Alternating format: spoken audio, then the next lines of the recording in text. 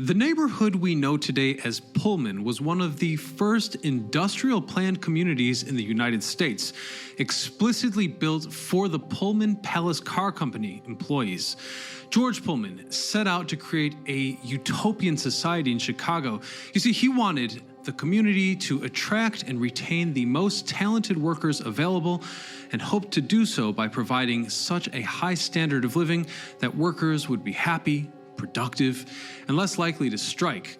Pullman is one of Chicago's 77 defined community areas and is a neighborhood located on the city's south side, 12 miles from the Chicago Loop. Situated adjacent to Lake Calumet, the Pullman district has many historic and architecturally significant buildings, some of which have seen better times.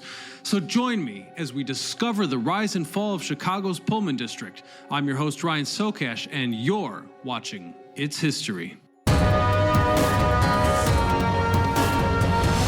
We all hope that we never need life insurance, but mortgage payments, child care, and other expenses don't disappear when you're gone. So with the help of Policy Genius, this video sponsor, we can make sure you have your affairs in order. You see, Policy Genius was built to modernize the life insurance industry. Their technology makes it easy to compare life insurance quotes from top companies like AIG and Prudential in just a few clicks to find your lowest price. With Policy Genius, you can find life insurance policies that start at just $17 per month for $500,000 of coverage. Policy Genius has licensed agents who can help you find the options that offer coverage in as little as a week, and you'll avoid unnecessary medical exams. They're not incentivized to recommend one insurer over another, so you can trust their guidance. There are no added fees, and your personal information is private. No wonder they have thousands of 5-star reviews on Google and Trustpilot. Your loved ones deserve a financial safety net. You deserve a smarter way to buy it. So head to policygenius.com/itshistory or click the link in the description to get your free life insurance quotes and see how much you can save. The model industrial town of Pullman, Illinois saw its beginning on May the 26th, 1880. This town was the physical expression of an idea born and nurtured in the mind of George M. Pullman, president of Pullman's Palace Car Company. Although his primary manufacturing plant was in Detroit, Pullman was a long-time Chicago resident. His plan was ambitious. You see, by developing a total environment superior to that available to other working-class areas, Pullman hoped to attract the most skilled workers to build his luxury rail cars and attain greater productivity due to his employees' better health and spirit. It was Pullman's philosophy that happy workers would make more productive workers. So he hired the best in architecture and landscaping to help him realize his vision. The 4,000-acre tract selected for the factory and town lay in open prairie and marshland along the western shore of Lake Calumet, approximately 12 miles south of Chicago. The site was perfect, as the town would have accessibility to the big city markets and railroad connections throughout the country.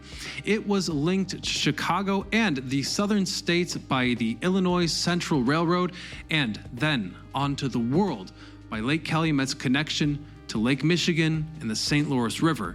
Even before Pullman's first residents settled there in 1881, visitors came to admire its beauty, which stood in stark contrast to other working-class areas and industrial cities. Pullman employees executed the construction of the town. Structures were made of brick fashioned from clay found in Lake Calumet. A brickyard was built south of the town for this purpose. Furthermore, Pullman shops produced parts used throughout the building of the town. This project was perhaps one of the first applications of industrial technology and mass production in constructing a large-scale housing development. Amazingly, the town of more than 1,000 homes and public buildings was completed by 1884. Most Pullman employees lived in houses containing 2 to 7 rooms. Foundations and some ornamentation were made of stone, and pitched roofs were made of slate. The homes, produced in blocks of 2 or more, provided an economy of construction and maintenance. Each dwelling was supplied with gas and water. access to complete sanitary facilities, and abundant quantities of sunlight and fresh air. Every home had direct access to a private yard, woodshed, and paved alley. Front and backyards provided personal green space, while expansive parks and open lands provided larger, shaded ones. Maintenance of the residence was included in the rental price, as was daily garbage pickup. So Pullman workers lived in brick houses and had access to schools, parks, a library, a theater, educational programs, and many other activities provided by the town.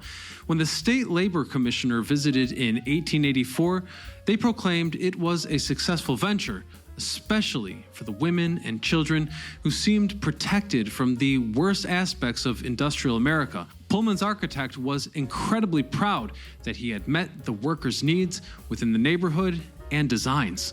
Some even say that the distinctive row houses were comfortable by the standards of today. The concept of a company town like Pullman was not new or even unique. However, it can be argued that the execution of the idea in this case was perhaps the most successful in history. The total cost to build the Pullman town was $8 million. The first permanent residents, the Benson family, moved into the town on January 1, 1881 at Lawrence Street. By April, the Pullman car shops were in operation. By May, more than 350 people lived in Pullman. The original town of Pullman was completed in 1884 with an average rent for a 3-room apartment costing about $8 per month. The rent for a 5-room row house with a basement, bathroom, and water faucet on every 2 floors was $18 per month. Larger homes for professionals and company officers began at $25. Rents were calculated to achieve a 6% return on the cost of housing. However, the investment never reached more than 4.5%. Housing in Pullman was somewhat more expensive than in other parts of the city, but it's important to note here that the housing quality was far superior to that available to workers elsewhere. All Pullman homes had indoor toilet facilities and running water, which was unheard of for the working class in the area of the city back then. By 1885, 30,000 trees bordered the streets and parks, primarily white elm, maple, ash, and linden. To supply enough landscaping materials for the entire community, 6 acres of land on the shore of Lake Calumet between 113th and 114th Streets were used for a nursery and a greenhouse space. Various housing types can be found from block to block. The architectural differences were designed to meet varying incomes, status, and family makeup. But there was also a visual aspect as they suited variation in the general streetscape. Such variations are evident in the level of ornamentation in the roof lines, chimneys, and finished materials. Continuity was maintained by the similarity of proportions, repetition of crucial details, and setbacks from the street. In many ways, the Pullman district was an amazing climax to an amazing success. You see, towards the end of the 1850s, George Pullman began remodeling passenger coach railroad cars. The Pullman Palace Car Corporation was incorporated in 1867. Its first manufacturing shops were in Detroit and New York State. By 1877, it operated about 460 luxury passenger cars, supervised by Caucasian conductors and African American porters. By the early 1890s, nearly 6,000 of the company's 14,000 employees nationwide worked in Pullman, where annual output stood at 12,000 freight cars and 1,000 passenger cars. But as you've probably noticed by now, in our tales of urban decay, nothing lasts forever. After an economic downturn in 1893, the company laid off thousands of workers. Pullman employees responded in 1894 by going on strike. This strike soon had national effects because tens of thousands of American Railway Union members showed their support for Pullman workers by launching a boycott of trains pulling Pullman cars. So in response to a drop in orders for rail cars, the company lowered its workers' wages, but not the rents it charged those workers for the company housing. When a delegation of workers tried to meet with Pullman to present their grievances, he refused the meeting and ordered them fired. Ultimately, the board voted to strike, and Pullman workers left the job on May the 11th, 1894. Then, by June the 27th, the American Railway Union joined the Pullman strikers in solidarity. The strike became one of American history's most significant labor actions, paralyzing most railroads west of Detroit and threatening the national economy. The strike ended violently by mid-July when President Cleveland intervened with federal troops. In 1898, the Illinois Supreme Court ordered the Pullman Company to sell all non-industrial land holdings in the town, but the company did not comply until 1907. Surprisingly, the company continued to grow despite its problems. By 1900, when the company changed its name to Pullman Company after acquiring the assets of its only real competitor, the main plant had nearly 6,000 employees and produced about $14 million worth of railroad cars per year. 10 years later, when the company completed this transition from wooden cars to steel cars, there were about 10,000 workers at the Pullman plant. Meanwhile, the company operated approximately 7,500 passenger cars, which at least complete with porters and other workers, to railroad companies worldwide. The company was reorganized in the 1920s when the workforce peaked at about 20,000 people in Pullman. By 1927, a holding company called Pullman Incorporated was established to oversee the separate divisions: the Pullman Car and Manufacturing Corporation, the company's manufacturing division, and the Pullman Company, which operated the world-famous passenger cars. Not all observers viewed Pullman from the same perspective. For example, in 1885, Richard T. Ely published an expose in Harper's Monthly charging that the town and its design were un-American. In his opinion, this condescending system took away men's rights as citizens, including the right to control their domestic environment. Remember, when Pullman workers went on strike in 1894, protesting cuts in wages while rents and dividends remained unchanged, the strike captured a national audience, so commentators from across the nation debated the true nature of relationship between employers and employees, and the broader question of political, social, and economic rights of the working class men and women. During the 1930s, Pullman Standard was the nation's largest manufacturer of freight cars and passenger cars. However, after World War II, the U.S. Department of Justice forced Pullman Incorporated to sell one of its two divisions. The operating company, which kept the Pullman Company name, was purchased by a group of railroad companies. Pullman Incorporated held Pullman Standard, which declined steadily throughout the 1970s. This is an important moment because it was in the 1970s that Pullman was no longer an essential manufacturer of rail cars. All the same, in 1977, Pullman Incorporated, still based in Chicago, had significant annual revenues and employed 32,000 people nationwide. In 1980, Pullman Incorporated was purchased by a New Hampshire-based conglomerate, and 2 years later, Pullman Car Works closed.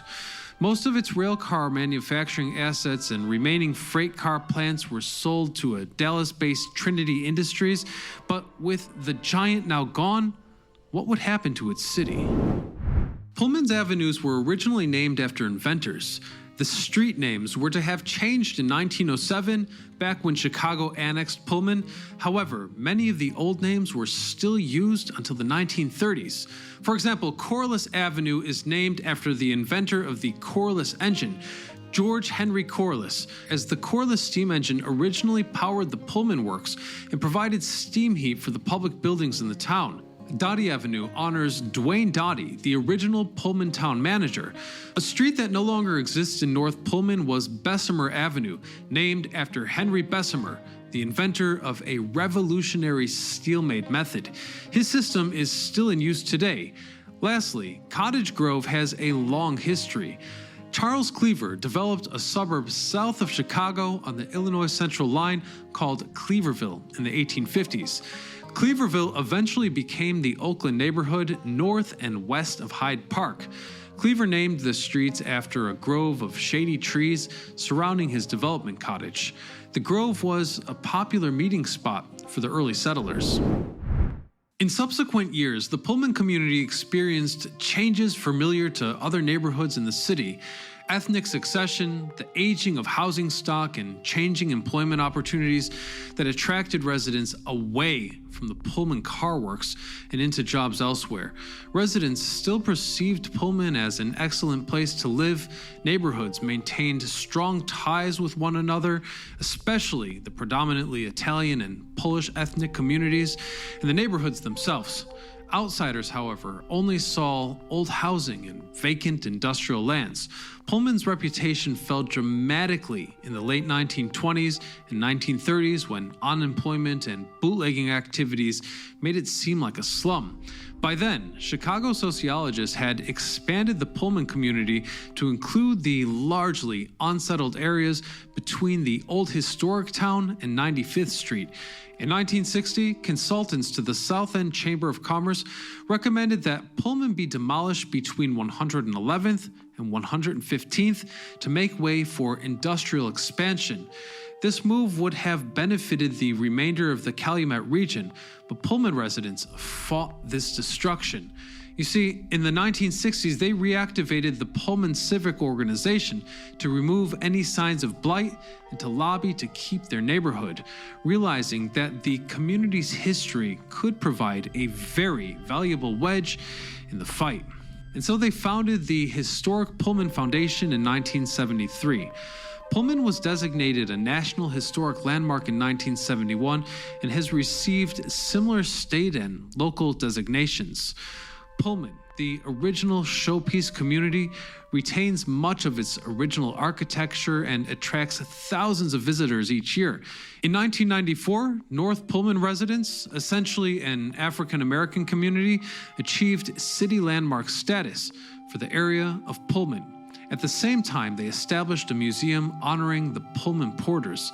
Since then, the city has joined the two separate districts into one massive Chicago landmark area.